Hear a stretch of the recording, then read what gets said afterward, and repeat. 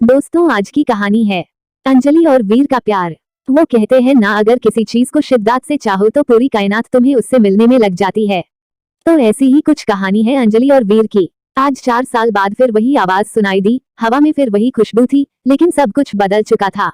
उससे देख के ऐसा लगा मानो जिंदगी मुझसे बोल रही है, तू अभी जिंदा है, तू अब भी ख्वाब देख सकता है, तू अकेला नहीं है अब। लेकिन फिर भी मन में कहीं डर था कि कहीं ये सपना तो नहीं है जो आंख खुलते ही टूट जाएगा। मन में हजार सवाल चल रहे थे कि तभी वो सामने आंख बोली, हाय कैसे हो। मैं तो उससे बस देखता ही रह गया। वो फिर बोली, हेलो कैसे हो, कुछ बोलो। मैं हड़बड़ाहट में बोला, मैं ठीक ही हूँ, तुम जैसी हो। वो बोली, ठीक हूँ। तुम इस कंपनी में जॉब करते हो। मैंने कहा, हाँ। उसके चेहरे पर हल्की सी मुस्कुराहट थी और बोली, मैं आज ही ज्वाइन हुई हूँ, ये आज मेरा पहला दिन है जॉब का।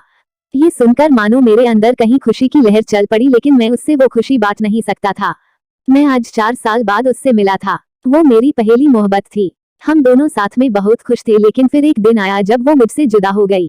आखिरकार गलती भी मेरी ही थी। असल में वो मुझे छोड़ के नहीं गई थी, मैंने ही कुछ गलत कर दिया था उसके साथ। मैं ही बेहक गया था किसी और के लिए। और लेकिन वो कहते हैं ना, प्यार अगर सच्चा हो तो बुरे से बुरा इंसान को बदल देता है। ऐसा ही कुछ हुआ मेरे साथ। मैं अंजलि को भूल के भी नहीं भुला पाया था, और फिर आज 4 साल बाद वो मेरे सामने है। क्या बोलूं उससे, मैं किस मुंह से बात करूं, कुछ नहीं समझ आ रहा था मुझे। वो मेरे ही ऑफिस में अभी नई नई ज्वाइन हुई है और मैं उसका सीनियर हूँ। हम रोज ऑफिस आते हैं, काम करते हैं और घर जाते हैं। 1 महीना हो गया था हुए, लेकिन अंजलि ने मुझसे एक बार भी हमारे बीती हुई जिंदगी में बारे में बात नहीं की, कभी भी। ना ही वो मुझे पूछी कि मैं अब उसी के साथ ही अब ब्रेकअप हो गया है मेरा। एक दिन जब शाम ऑफिस से निकलने का टाइम हुआ तो बहुत बारिश हो रही थी और मेरे पास छता नहीं था कि मैं बस स्टैंड तक भी जा सकूं थी। मैं ऑफिस में ही वेट कर रहा था बारिश रुकने के लिए। तभी अंजलि ऑफिस से निकल रही थी और मुझे बैठा देखकर पूछी, तुम्हें घर नहीं जाना। तो मैंने कहा, घर तो जाना है, लेकिन मैं आज छता नहीं लाया और बाहर बहुत बारिश हो रही है, इसलिए वेट कर रहा हूँ रुकने के लिए। वो बोली, ठीक है। फिर थोड़ा रुक के बोली, मेरे पास छाता है, चाहो तो मैं तुम्हें बस स्टैंड तक छोड़ सकती हूँ। मैंने बिना कोई सोच विचार किए जा कह दिया और जल्दी से सब सामान रख के उसके साथ ऑफिस से निकला। बारिश इतनी तेज थी कि हम दोनों भीग गए थे बस स्टैंड आते आते, और बारिश की वजह से बस भी काफी लेट थी।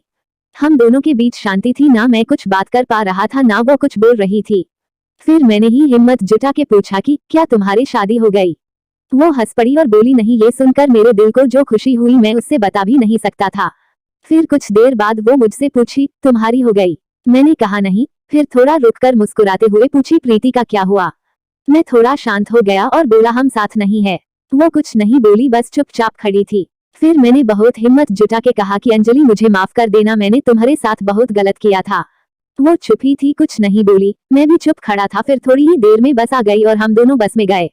अगले दिन जब मैंने ऑफिस में अंजलि को देखा तो मुझे उससे पूछना था क्या सोचा उसने, मुझे माफ किया कि नहीं, कैसे बात करूं उससे, यही सब सोच रहा था कि वो मेरे केबिन में मुझे एक फाइल देने आई। मैंने बिना कुछ सोचे उसे बोल दिया कि ऑफिस के बाद साथ में चलना, मुझे कुछ बात करनी है। वो बोली, क्या, हम अभी भी इधर बात कर सकते हैं। मैंने कहा, नहीं, ऑफिस के बाद मिलना। वो बोली, ठीक है, और चली गई। मैं बस इंतजार कर रहा था कि कब 6 बजेंगे कि मैं उससे बात कर पाऊंगा। टाइम जैसे थाम ही गया था। 6 बज गया, सब एक एक करके निकाल रहे थे ऑफिस से। फिर आखिर में मैं निकला और साथ में अंजलि भी थी, वो रुकी थी मेरे लिए। आज फिर हम साथ चल के गए बस स्टैंड, और रास्ते में मैंने उससे पूछा कि कल का जवाब नहीं दिया तुमने। वो शांति थी कुछ देर, फिर बोली, किस बात का जवाब, क्या जवाब दूं मैं, गए तुम थे छोड़ के और अब मुझे फिर से वो सब कुछ नहीं चाहिए। तो कोई माफी सवाल जवाब की बात ही नहीं बनती। मैंने उससे बहुत मानने की कोशिश की, लेकिन वो नहीं मानी। 5 महीने हो गए थे हमें एक ही ऑफिस में काम करते हुए, लेकिन हम दोनों ही अब एक दूसरे से बात नहीं करते थे। उस दिन के बाद मैंने बहुत बार कोशिश किया कि अंजलि को मैं माना लूं, उससे ये कह सकूं कि हाँ मुझसे गलती हो गई थी, लेकिन मैं तुम्हारे बिना नहीं रह पा रहा हूँ। तुम इस ऑफिस में ज्वाइन हुई उससे पहले से मैंने तुम्हें कांटेक्ट करने की कोशिश किया था, लेकिन नहीं हुआ, और जब तुम इस ऑफिस में आई तो मेरी खुशी का कोई ठिकाना ही नहीं रहा। लेकिन मुझे में तुमसे बात करने की हिम्मत नहीं होती थी। मुझे पता था कि तुम अब भी मुझे प्यार करती हूँ, लेकिन कहती नहीं हो। एक दिन मैंने ही कुछ सोचा और ऑफिस में आग सबको अपनी शादी की खबरें दे दी कि अगले महीने मेरी शादी होने वाली है। ये सुनकर ऑफिस में सब मुझे बधाई देने के लिए आए, लेकिन अंजलि नहीं आई। शाम को मैं खुद उसके पास गया और पूछा कि क्या तुम्हें खुशी नहीं हो रही कि मेरी शादी होने वाली है।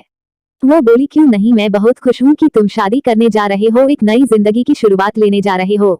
फिर मैंने पूछा कि तुम मुझे बधाई देने की नहीं आई जब सब लोग आए थे ऑफिस के। तो बोली, मुझे बहुत काम था, मैं बस सी थी। मैंने कहा ठीक है, और मैं वहां से चला गया। 2 दिन बाद रात को अंजलि का मैसेज आया कि क्या तुम सच में शादी कर रहे हो अगले महीने।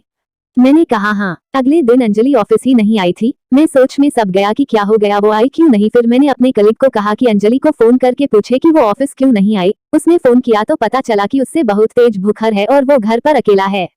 मैं तभी ऑफिस से निकाल गया उसके घर जाने के लिए। रास्ते में मैंने फोन करके उसके घर का पता पूछा और जितनी जल्दी हो सके वो पहुंचा। वहां जाकर देखा तो वो अकेली थी और उससे बहुत ठंडी लग रही थी, कंबल में सोई थी। मैं जल्दी से उसे उठा के अस्पताल लेकर गया। शाम तक उसका बुखार ठीक हुआ तो डॉक्टर ने उससे मिलने की इजाजत दी। मैं उसके पास बैठा था, वो सो रही थी। मैंने उसका हाथ अपने हाथ में लिया, फिर धीरे से उसकी आंख खुली। वो मुझे ही बस देखे जा रही थी। मैंने धीरे से बोला कि नहीं है मेरी शादी अगले महीने, मैं शादी नहीं कर रहा हूँ। ये सुनते ही वो रोने लगी। मेरे भी आंख में आंसू आ गए। मैंने उससे गले लगा लिया और हम दोनों एक दूसरे को पकड़ के बहुत रोए। फिर हम वहां से घर गए और हमेशा एक दूसरे के साथ रहने का प्रॉमिस किया।